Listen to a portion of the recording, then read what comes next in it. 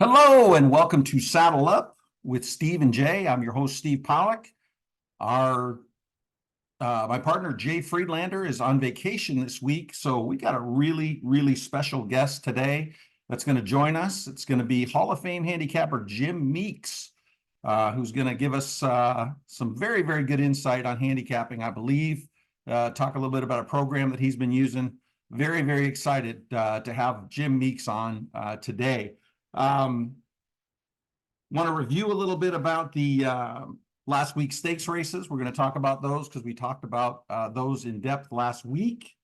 We're going to talk a little bit about the Great Lady M. Going to talk a little bit about the Kelso at Saratoga. But we're going to start with, the loss of Dwayne Lucas. And I know that you've heard a lot this week about Dwayne.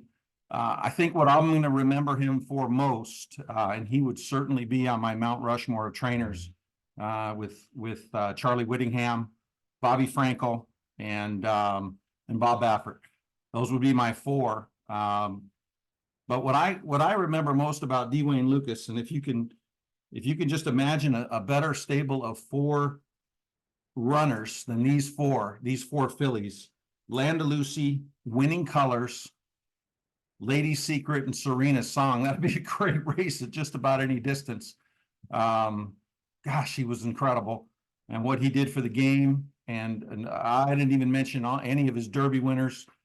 Those four fillies, several of them won Breeders' Cup races. Just an incredible career. And a guy that was just great for the game. Dwayne Lucas. Boy, we lost a legend this week. Very tough. When you lose a legend like that. But speaking of legends, Torpedo Anna, I want to talk a little bit about the race that she was in. Didn't think that was a bettable race. And, she did get what I thought was a pretty soft pace. And just look at the payouts in that race. She ended up paying $2.70 to win. And, my partner liked another horse in there, I believe Royal Spa. She was only 7-2. She did run second in there. Gosh, I just didn't see value in that race. And there are races, folks, that you just got to pass. And I think that was one of them. In fact, if you go back and you look at the payouts, she won the first leg of the pick six. It was a 20-cent pick six. Pick six paid $681. Now, it was a 20-cent bet, but the 50-cent pick five started the race after the race that Torpedo Anna won. It paid $1,186 for 50 cents. So it just wasn't worth playing that pick six when you could have just started a pick five. Obviously, she could have been your single, but if she didn't win, you weren't going to hit. So sometimes there are races that are just unbettable, and that Torpedo Anna race was certainly one of them. Roll on Big Joe was a winner in the Kelly's Landing, and what a nice runner Bob Hess has here. This one just keeps running, goes up and duels on the lead and just keeps going. And then the key race for us last week was Mindframe. Only paid 1.8 and only paid 9-5, but was able to beat Sierra Leone. And I believe he beat him because he got first run in that race. The pace was soft as I expected. And a single on this horse in the pick four or the pick five was really the way to go. And Mindframe, certainly a horse we're going to look at for the rest of the year. I want to talk about two races before I bring our esteemed guest on. The two races I want to talk about: the Great Lady M over the weekend, and we got a field of 6 in the Great Lady M at 6.5 furlongs. What a race this is turning out to be year after year.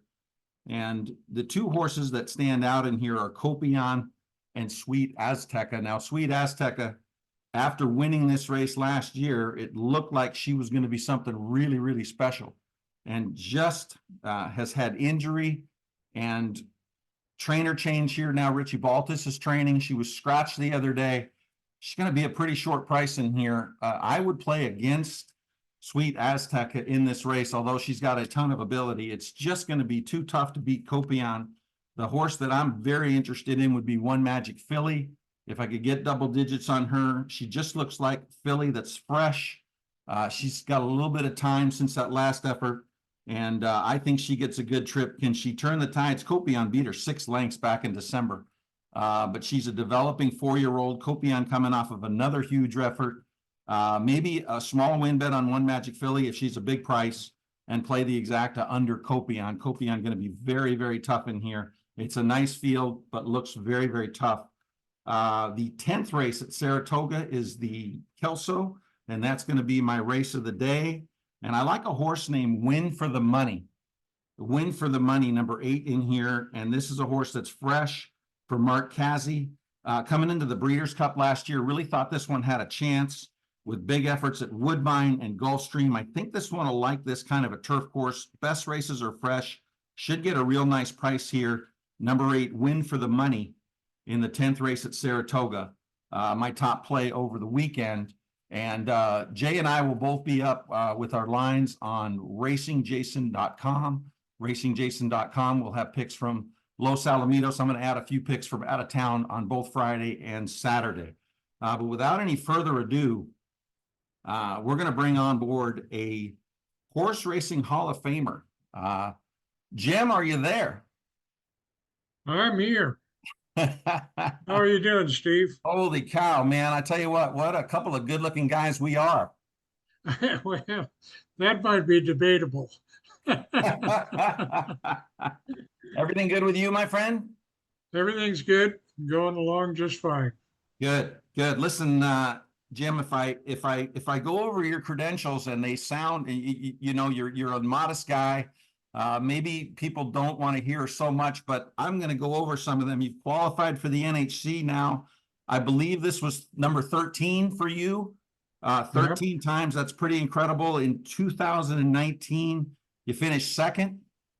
You finished 13th and 45th in this one. You've made $287,000 in just that one tournament.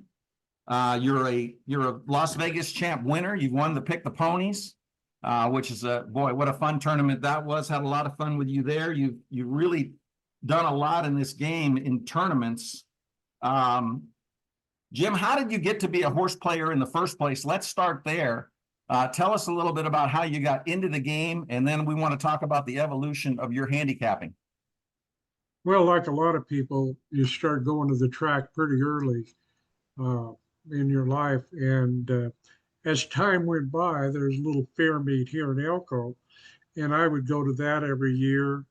When I went on to college at Arizona State, I'd go out to Turf Paradise. And you eventually just start to build a foundation of handicapping knowledge. And I was a form reader at that time and not really successful at that. When I got out of college, I came back and started running my family business, and that took a lot of my time and effort. And so I couldn't remember all of the different angles that you could use by reading the form, where the really good formed handicappers out there, and there are a bunch of them, including you, who read it a lot better than me. And I looked for another way to do it, you know, to come along, to start progressing. I met a guy in Boise, Idaho, when I went up there for the races, and he showed me that there was a possibility of beating not the races, but beating a race, finding that vulnerable favorite that just didn't look like it was going to win, and then finding a good price horse to go with it. And that sort of really kicked me off. And from then on, I was absolutely hooked on the game. And I would put in 40 hours a week, just like you have. I know you're a real hard worker. Studying and trying to continually learn how to do this. And that's how I got started. So I knew you when you started with Thoroughgraph. A lot of people listening to this show are Thoroughgraph players because of our late friend Alan Benowitz, who was on the Inside Racing show. Unfortunately, we lost Alan. I believe that was last year. And a lot of the people have a lot of confidence in what you can get from Thoroughgraph. Now, you played Thoroughgraph for a little while, and then you changed. What was it about Thorograph that maybe you liked? And then why did you think that, boy, I need to make a little bit of a change, which I think a lot of handicappers get stuck. They get stuck in one way. And one of the things I admire about you was you said, man, I need to make a change here. What do I need to make this better? And it certainly has worked out. We're going to talk about that as well. But what made you think that, boy, Thorograph is just not for me? Well, Theragraft is a very, very good product. There's no question about it.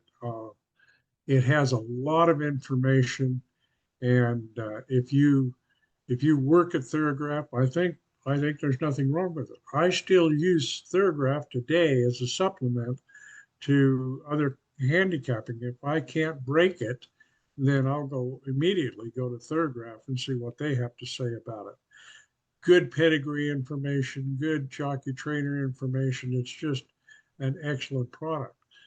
I was playing with Theragraph, and Dennis DeCower, a good friend of both yours and mine, mentioned that Ken Massa had HTR and that I should take a look at that.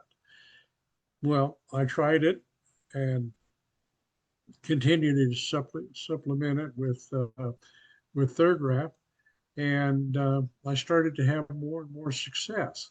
So a couple of tournaments later, I started to really started to hit the stride pretty good with HTR. I'm a dedicated HTR user. I think it's the finest handicap product out there. It takes time to learn, takes time to understand, but I think Ken Moss is absolutely brilliant at putting together this software package. So I like it a lot. I still use Theragraph. Nothing wrong with it. And I think that's what you should do is don't get stuck on one thing. Continually move along. You have lots of friends in the game and they're using different things all the time. And so you should look at that. I'm sorry. You should look at that and see what else you could do with other kinds of products. And that's what I do a lot. I do that a lot. I think handicapping changes over time. Pedigree sometimes becomes more important. Workouts and the way trainers handle horses today. I mean, if you were to take Citation, they didn't feed him, train him, or anything like they did Secretariat in 1973. So, that's the way it is. You need to change. You need to look at different things. So you're evolving, you're just constantly evolving, making yourself, you're looking at what you need to do to improve. Yes. And, if somebody comes out with a new handicapping package, I guarantee you that I'm going to look at it. I'm going to take a serious look at it and see if there's something there that I can use that I don't have in the other products. And I do that all the time. Jim, you have a thirst for knowledge. That's how I would say it. I'm going to give an example. You and I have been friends for a long time, and I'm fortunate enough to get to speak to you, sometimes more than a dozen times a week. Sometimes we talk a lot, right? And I'm sorry about that. I know I'm a little long-winded sometimes, but we had a conversation. I'm going to go back about 5 or 6 months ago where I'm not going to tout this book that I read, but I read a book, a handicapping book, and I was talking to you about it, and you had a little interest in it. I could tell you were just trying to skim what I was talking about and get the feel for it. 2 days later, you and I are talking, and you read the book, Jim. You went out and read the book, and then we were talking about it. So you didn't want to talk to me where you didn't have the knowledge that I had, and I cannot tell you what kind of an impression that made to me. It's like, man, this is what it takes to be successful. And I just in trying to learn from you, I was so impressed with that one little incident that we had with this book. I remember that very well.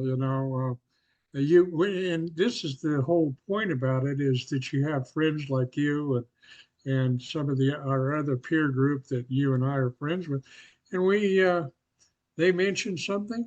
You need to look at it. You really need to look at it. And when that came up, you and I were working very hard on races from the Breeders' Cup and Derby, the bigger races of the year. And this gentleman had a great point about how you should go about winning these things. And so when you told me, I went out and got the book and read it, and it was well worth my time to do that. It pointed out what I think has been a deficit of mine, learning how to bet these horses correctly. You're much better at it than I am.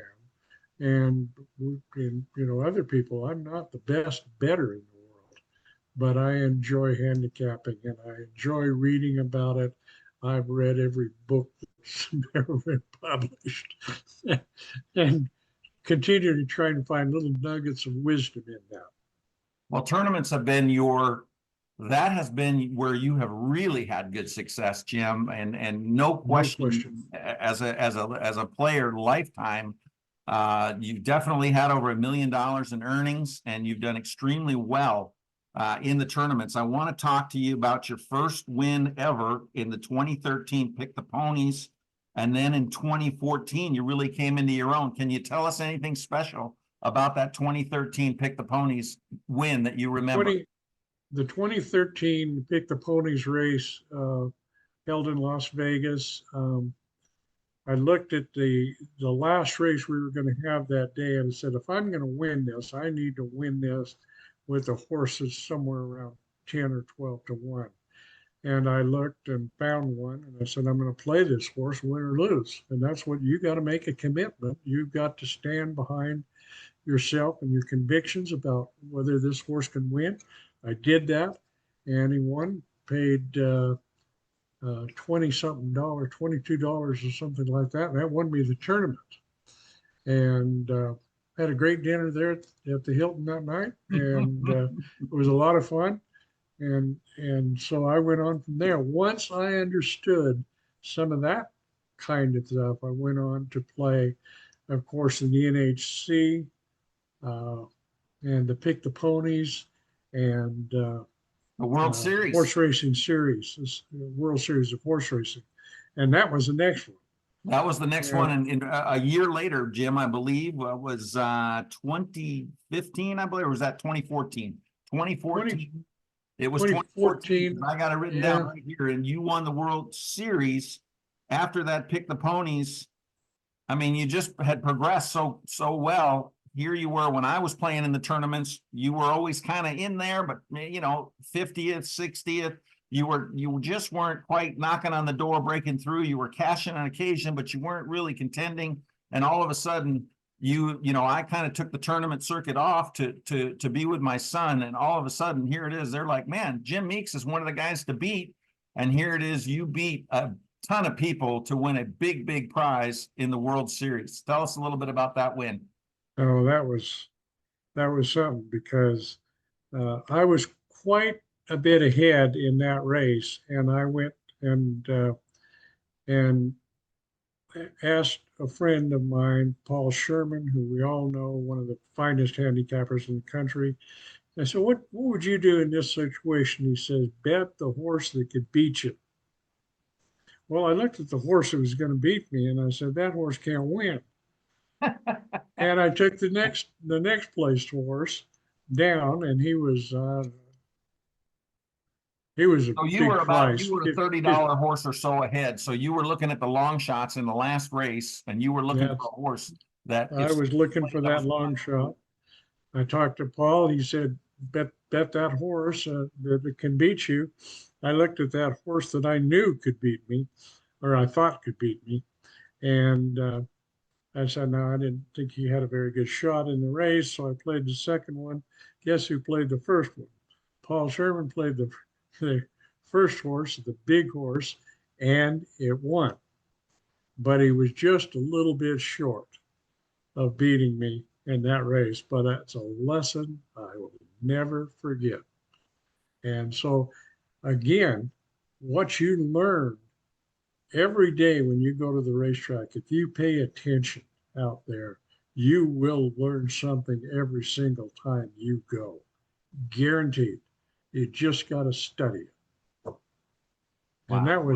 that was very exciting to It win is your first amazing how one. many times, and Jim, I think you've probably played in more tournaments than I have, although there was a time there that you and I were playing, we were sitting together. Yes. We played in a lot of tournaments, and now they're online and it's a whole different ball game. But it is amazing how many times that last race where that's when the 20-1 shot wins in these tournaments. It's unbelievable how it will line up. The last race at whatever track it is can make a difference, make or break you. And this was the case in this particular one. The good news for you was you had such a great tournament that even though that big horse won the last race, you had a big enough lead, you were able to hold on. Yeah, perfect example. A couple of weeks ago, our friend Don Beersworth had a 50-1 horse in the very last race, and his horse was actually scratched, and he went to his alternate, the one horse, and he wins it, pays $50, and wins the tournament and qualifies for the NHC. So yeah, that last race is extremely important, I think. That was incredible. That really was. That was a lot of fun to watch. For those of you who didn't see that, that was on a Friday. Was it last Friday, Jim? Was it just I 6 think days that ago? I believe it was. But just 6 days ago, our good friend Don Beardsworth and Donnie has finished second in the NTRA, as did you. You also finished second in the NTRA or in the NHC, which is the biggest tournament there is. And let's talk about that one. You were down at the final table. They had a final table. Was that the first year that they had a final table, Jim? Yeah, that I was first going into the final table, and well, there were some really good players there.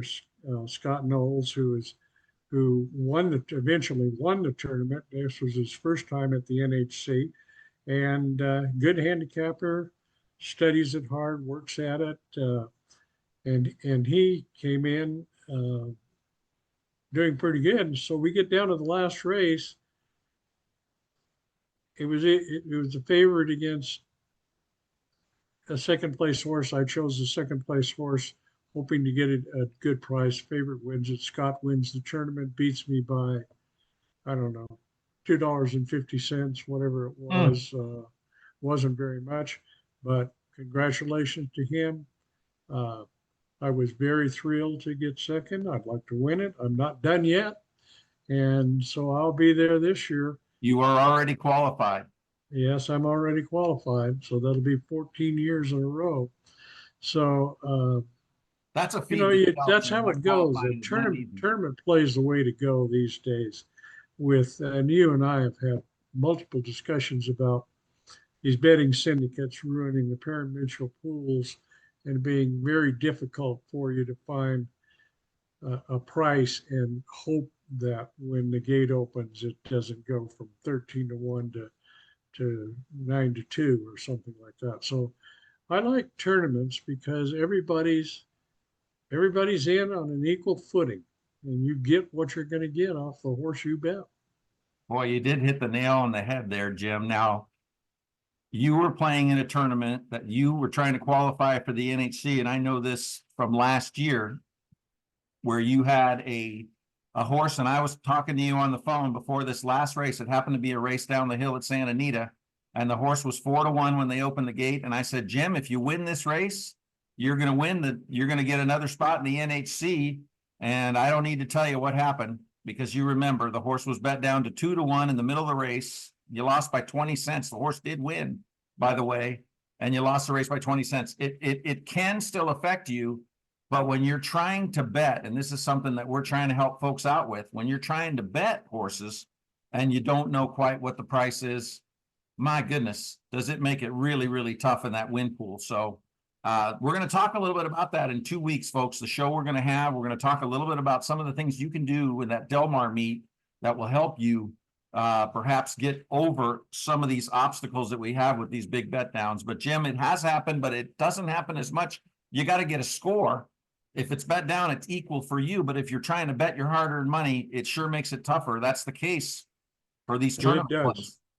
It does, which brings us, to talking about your handicapping has to evolve. So maybe now you're not looking at so much at win bets, but you're looking at multiple race bets, or you're looking at trifectas, exactas, something else where the syndicates really are not comfortable uh, putting their money into those kind of bets. And I think that that's just part of the game as the game evolves. So we have to be aware of it. Jim, in 2023, you were inducted, voted in by your peers. This has got to be such a thrill. I don't know how I didn't go. I don't know how I missed it. I should have gotten in my car and driven there. I can't believe I didn't get to see that. But you got inducted into the Hall of Fame. What a thrill that must have been. Again, there's only 26 handicappers out there that have ever had this honor. How did that make you feel? Oh, I was humbled. I was thrilled. I was extremely happy. When you get the recognition of your peer groups out there, I think that's one of the greatest things, greatest honors that you can have is that they saw me and said, I'm going to vote for Jim to get into the Hall of Fame. And I think that was just one of the really important. I tell you what, I appreciated that more than coming second in the NTRA. Wow. The money wasn't as important as it was to become a recognized handicapper. I was voted in with Duke Matties and Brett Wiener, and the three of us have known each other for a long time and competed for a long time, and just great handicappers. And I was so happy to have that happen to me. Just delighted. All right, I want to talk about two other things here, Jim. In 2003, you and I had known each other for about 5 or 6 years. You knew I was going to bring this up, didn't you? I mean, Well, I was hoping you wouldn't. I have to tell this story. I do. I have to tell this story. 2003 Kentucky Derby. You and myself, our good friend Dennis DeCower, Don Beardsworth, we're 4 guys. We got up every morning to drive over to the Hilton. We stayed at the Suncoast. We drove over to the Hilton every morning, and we played in the Pick the Ponies that year.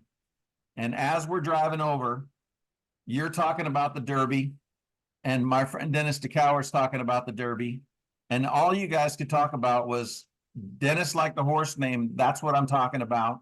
And Yep. you liked the horse named Funny Side. And I mean, you guys were really, you were going at it. I got to admit, I mean, I haven't seen a bet that it was more anticipated for me, because you guys bet a dinner that turned out to be a pretty significant bet, because I think we had about 15 of us and we went to the steakhouse at the Suncoast, which was not cheap. I want to make a long story short. You had to beat his horse.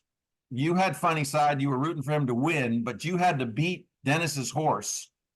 Yeah. And I'm watching this race, and I've watched a lot of races with you because I'd known you for a good 10 years before that, Jim. I have never seen a better. I mean, you were on your knees cheering for Funny Side. It was incredible to watch. I still remember it to this day, mostly because you're more of a mild-mannered guy. You're a pretty skilled guy, Jim. This had to be picking the That dirt. was really exciting. It really was. How was that? How was that event for? How was the dinner that night? When they hit the top of the stretch and Funny Side went to the lead, I just come out of my seat and I'm screaming and yelling. And I don't, Jen, that's not something I do and never have really. But I never won the Derby before either. And he takes the lead at the top of the stretch as a New York, I believe it's a New York. He was a New York bred gelding, right? Yeah. Was it Gilding or Ridgely? Anyway, but I was absolutely beside myself. I was out of control, and you're laughing. The table is laughing at me, and all I can do is jump up and down and yell for Funny Side. I've had Kentucky Derby winners since then, but that was my first, and that was really important. Man, oh man, that was something. It was. I got to tell you, it Are was. you ever Really going to forget that? I will never forget that because of because you're a mild-mannered guy. And I got to tell you, Dennis is one of my very best friends. And if I can beat him at a game of cards, it's just extra special for me. That's how competitive I am with Dennis. So the fact that you beat him at horse racing is pretty darn tough to do, because guess what? Dennis is one of those 20 some odd handicappers that's also in the Hall of Fame. He's a fabulous handicapper. And for you to go heads up with him like that, I mean, it was just a great experience to be there and be neutral. The only thing I'm disappointed in is, that's what I'm talking about, got blocked behind horses and didn't get out. Funny Side was going to win anyway, but he did run fourth. The horses that ran second, I know Empire Maker was one of them, and Peace Rules, I believe, was the other one. Jim, I'm going way Could have back. been. I think that's That right. was the easiest all-time superfecta, and I don't know why I wasn't going to the windows, but I'll tell you what, I had fun until I realized afterward, man, oh man, I should have been at the windows. But I did enjoy that dinner, and we've been talking about that week for years and years. That was one of the most fun experiences I've had at the track. Well, we'll have more and more dinners, I'm sure. We work very hard at this game, and we try very, very hard to be right. So we research, we do lots of work, and Dennis is no exception. I mean, if you're going to beat Dennis in a 7 furlong sprint race, you better get up early, because he's as good as they come. He really is. He's definitely he's a great all-around handicapper, no doubt about it. I anytime I finish ahead of Dennis, I know I got a shot to win, that's for sure. Want to talk to you a little bit about something that you did a number of years ago. Jim, you became a steward for the Elko meet. Oh, You were the head steward down there. What made you want to become a steward? And if you have a story that you want to tell us, go ahead and tell the viewers out there. But what made you want to become a steward? well, these little fair meets like we have in Elko doesn't have a lot of people willing to jump into the horse racing game. And I had been a paddock judge and, way off the scales, and done a lot of different things around the track. And Nevada State Gaming Control asked me if I would like to be a steward, and they would send me to the University of Louisville for the agricultural horse racing training program. And I said yes. And so off I went and came back, and I was an association steward with them for the next 30 years, and just retired 2 years ago. So I've never enjoyed anything as much as doing that. You learn a lot. I mean, uh, we had a trainer a couple of years ago trying to help the racing secretary make the race go, and he entered a horse that had died a couple of weeks ago, and and we found out about it, and called him in and had a meeting with him and give him a fine and this and that. And he was, he said, yeah, I did it. I did it. Yeah. It's so these are really good people out there that most of the time they'll admit when they made a mistake. And that was a mistake on his part. I won't mention his name because he's still out there and I like him. And so, but you got to laugh sometimes. Wow. They actually entered a dead horse to make the race go for the other horse. Do you remember how his other horse did in that race, Jim? No, I don't. I think we were more interested in making sure we got the scratches in on time, and I didn't pay so much attention to who's win those races because I wasn't handicapping. I was trying to do the job that a steward should be doing, and that's paying attention to how the race was run, making sure that the betting fans get a good deal for the money they put through the window. That's what you do. All right, Jim. I just want to close with, talk to us a little bit more about HTR, and then tell us, if somebody wants to get involved with HTR, what is the best way to get involved? Is there a tutorial? Is there a website they need to go to? What would be your best advice for somebody who's out there that might be struggling handicapping with what they're doing, that may want to make the change to what you did to HTR? Well, HTR is a very good program. It has all the information that you could possibly want more. Yeah, and when you first look at it, it's kind of like taking a drink out of a fire hose. You're just inundated with information that you know, it's hard to process. After a while, after working with it for a while, you begin to focus in on those certain aspects of handicapping that fit your particular paradigm. And that's what I think I learned from HTR. I think it's a great program. Somebody's going to get into it. I would suggest they talk to, there's a lot of HTR users that every year will make it to the NHC. And, you know, you get a hold of the NHC and say, I need somebody who would mentor me on HTR, and they would give you a name. I would always be available for that. And,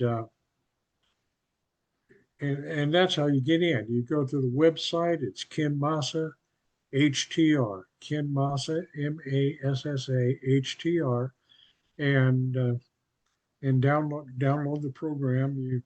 There's some fees, of course, not for the program. It's basically free, but for downloading the races every week. After you do that, you get a hold of somebody who uses HTR, and they can sort of guide you through the different layers of this program, and there are many. Then you start to learn, and I think it's great that you have a program out and a guy like Ken out there who works very hard at putting that program together. And if you ever get a chance to meet him, he's a great guy. And so I've been using it forever. I will continue for the rest of my life using HTR, unless something really else comes about. I'm not opposed to changing, you know, but That's I what, don't think so. listen, that's what I hope the folks have gotten out of this more than anything else is that your ability to change really did make a difference to you, and your determination to be successful. You've been successful at other things, but we're talking about horse racing, and to be successful, if you didn't make those adjustments, Jim, I don't think you would have been as successful as you've been. Well, finally, in closing, can you give us a general cost of what it would cost someone to get started on the HTR program, and what the initial investment is, and then what a weekly or monthly charge would be for that It's about $135 a month. The fees don't go up very much. And that allows you to download any race anywhere. And uh, it's it's just a matter of just going in. It takes, I don't know, 2 minutes to download them. You can put the results in.